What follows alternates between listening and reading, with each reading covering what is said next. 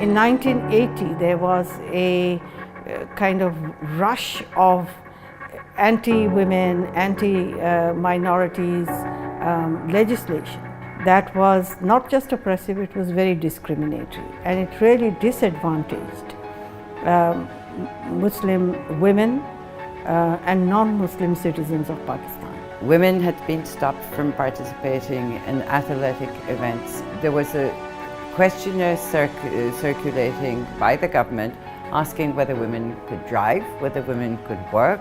There are pictures that everyone has seen of women burning their chadars and dupattas as a reaction to the Hudud ordinance and other laws which basically was saying in legal and policy framework that women are second-class citizens.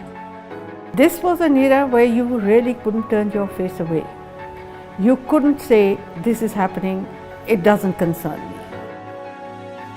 A movement already existed. It may have been not as well connected, as understood, as recognized, but the movement was always there. There were other movements also, but primarily it was the Women's Action Forum of educated women who came to the rescue of their fellow women in other parts of rural and urban and peri-urban Pakistan who were the direct victims of these anti-women laws. So that's how I think this whole situation of a dark period in Pakistan's history had a silver lining. More oppression that we saw, more stronger the resolve to fight it became. One of the things that also as a strategy, the women's rights movement, I think, did very rightly was to forge alliances with other movements. Women's rights cannot be promoted in isolation. We have to have support of the movement for democracy, trade unions, and that's what we did. The women's movement was the mother of the movement for democracy in Pakistan. In late 80s and early 90s, most of the human rights organizations and human rights groups were formed and established, like Aurat Foundation, like South Asia Partnership Pakistan, like HRCP and many other. The Canadians came forward and supported those institutions, individuals and organizations which were taking that pro-people, pro-women, progressive agenda forward. Some of the biggest organizations that came into being were the ones who were working for development in rural areas, rural development. SAP-PK, for instance, is a direct creation or facilitated by the Canadian support. Similarly, SPO was also created by Canadian support. Now, these organizations had big grassroots outreach.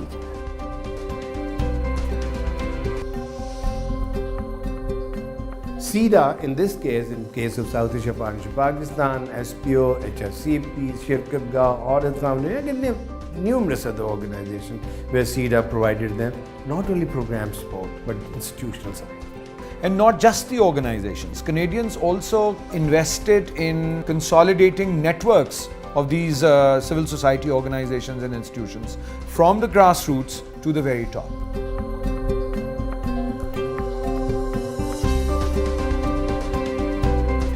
Canada definitely has a model of change that works at three different levels, grassroots to institutional to policy impact on the ground, as well as at the individual level. And we've always tried to work at having impact at those three levels. And I believe a cadre, gender equality activists and organizations taking action on gender equality exist in Pakistan, partly through Canadian support in the 1990s. We've seen tremendous change at the level of strengthening of civil society, of women's organizations, of women's rights organizations in Pakistan. And there's been tremendous progress in Pakistan at the legislative level for women's protection. At some level, grassroots is also impacted by that policy and legislative change. Often our work remains at the top and doesn't trickle down, or starts at the bottom and doesn't go up. But I think real change starts from the bottom. This is just my own personal opinion. And I think Canada was able to help build that foundation, engaging women and girls at the district level, engaging those that got elected to build their capacity. And that fundamental change has never really disappeared from any of our models, ours and other organizations that work in the same area. We remember that the local government elections were held in late 90s or early 2000, and I remember that CEDA supported Aurat Foundation, financially and thinking and designing the program. And so we ran a very successful campaign with the support of CEDA, and that was Citizens Campaign for Women's Representation. And this campaign and the local government election was a turning point in Pakistan's history. And then onward, we see that the policy framework of Pakistan for women and other marginalized sections started changing.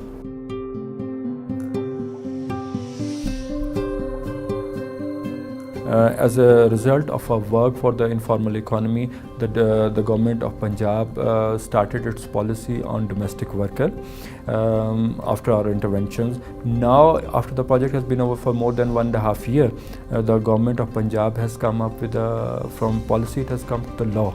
And the government came up with a policy on home-based workers, and that policy is now valid. That in agriculture sector, the government of Sindh for the first time awarded the right to organize to the agriculture and fishing workers under the Sindh Industrial Relation Act. So these were some of the policies with the government that we worked on.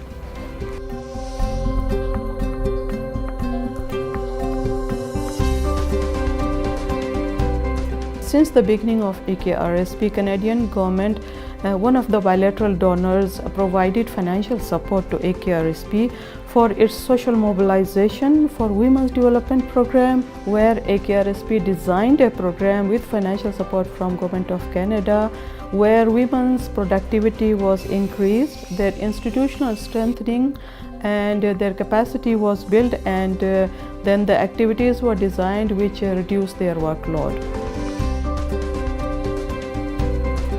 सबसे पहले मैंने jewellery का training मैंने लिया काड़ो से, फिर वहाँ से मैंने प्रोडक्शन पे भी काम किया और एज मास्टर ट्रेनर पे भी।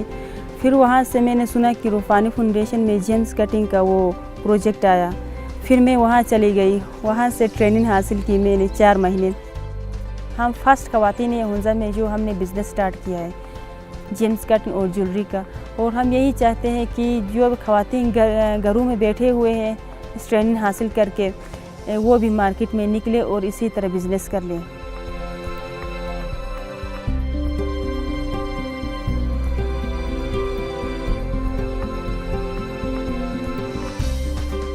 शुरू में हुआ था कि जब ये लोग आए, उन्होंने बताया कि औरतें भी इस महकमे में काम करती हैं और मर्द भी करते हैं।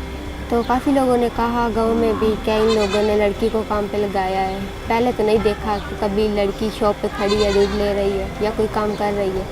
अब इन्होंने लड़की को काम पे लगा दिया। लेकिन मेरे वाला साहब जो हैं उनकी सोच अच्छी थी, उन्होंने कहा कि नहीं मेरी बेटी है, मैंने उसको तालीम हासिल करवाई है, मुझे अच्छा लगेगा कि मेरी बेटी कोई काम करे, आगे बढ़े, उसका एतमाद बढ़े कि मैंने भी कुछ करना है और आगे मज़ीद भी काम करे।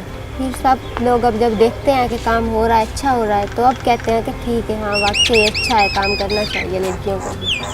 हमारे गाँव में बहुत ऐसा होता है कि औरत को उसका हक नहीं मिल रहा होता। मर्द जो हैं वो वैसे ही फिर रहे होते हैं, और औरतें जो हैं वो सारा दिन काम कर रही होती हैं, इतना काम करती हैं कि हद से ज़्यादा। मैं ये सोचती हूँ कि मैं अब इस कारोबार को करूँगी। अगर प्लान पाकिस्तान वालों का जो है साल का है, जितना भी है, उसके बाद भी अगर वो ख़त्म भी हो जाएगा तो उसके बाद भी मैं कारोबार करूँगी और इसी तरह से चलाऊँगी, जिससे मेरे घर में भी फ़ायदा होगा और मुझे भी फ़ायदा होगा। In the 90s, with Aurat Foundation, they intervened at the district level, an initiative to engage women and girls. That same initiative was taken further in the 2000s. Canada played a huge role in creating resource centers for women councillors that were elected at the local level. So, a huge direct intervention at the policy level. And I think it was through this intervention of CEDA that councillors requested that there be centers or there be setups in which they are given the capacity training. That we've now got elected, but what's our role? What do we do next? How do we serve our community? So I think it was a very forward-thinking initiative. औरत चाहे तो बहुत कुछ कर सकती है और आप यकीन करें कि जब मुझे पता चला कि मैं जो हूँ मैं एमपीएशिप पे मेरा नाम आ गया और मैं जो हूँ एमपी, आप यकीन करें कि मुझे वो मेरी फीलिंग्स मुझे वो फीलिंग्स मैं नहीं भूल पाऊँगी। और जब मैंने जाके वो ओथ ले रही थी, मैं इसको पढ़ना शुरू करा तो मैं उस हर लाइन पे कह रही थी कि या अल्लाह मुझे कामयाबी देना कि मैं इस ओथ पे पूरी उतरूँ। 4 महीने की जद्दोजहद के बाद आखिरकार अपने इलाके में अपने एक गली बनाने में कामयाब हो गई, सिलाई मशीनें बांटने में कामयाब हो गई।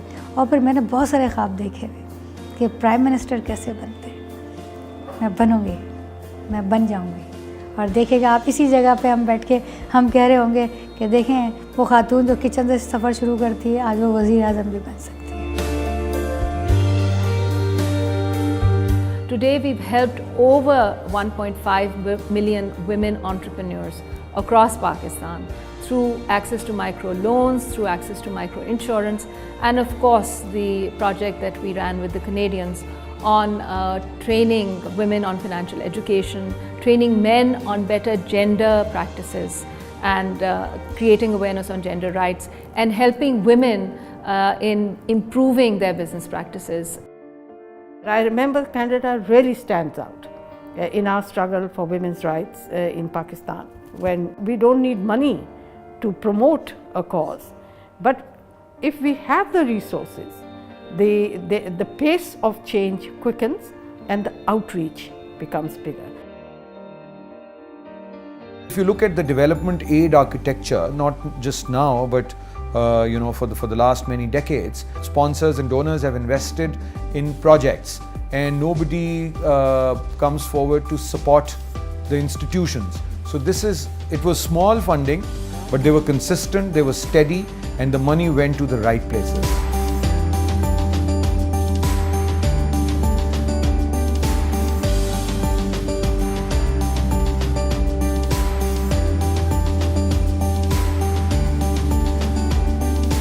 Shortly after the government assumed office, our Minister for International Development, Marie-Claude Bibeau, launched a review of Canada's international assistance policy, and the name of the new policy is Feminist International Assistance Policy.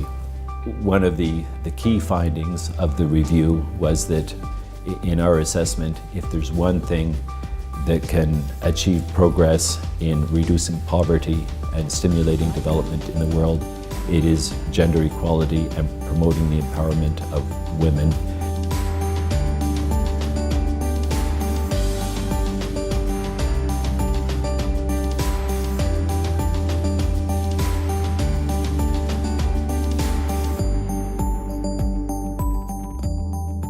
When women are educated, there are more jobs for everyone. When mothers can keep their children alive and send them to school, there is hope.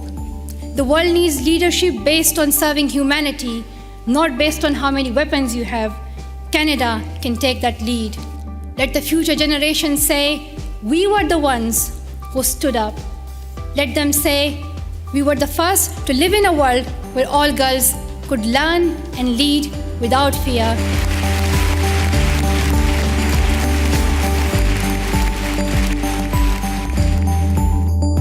I think the Canadians were extremely important in terms of influencing Pakistan in terms of the decisions, in terms of having an open mind towards gender equality. And certainly at the international arena, it was a huge source of support. So I think the role I see for the Canadian government is really investing in women. And we have to invest in women's economic opportunity and their skills and their capacity to engage in productive enterprises.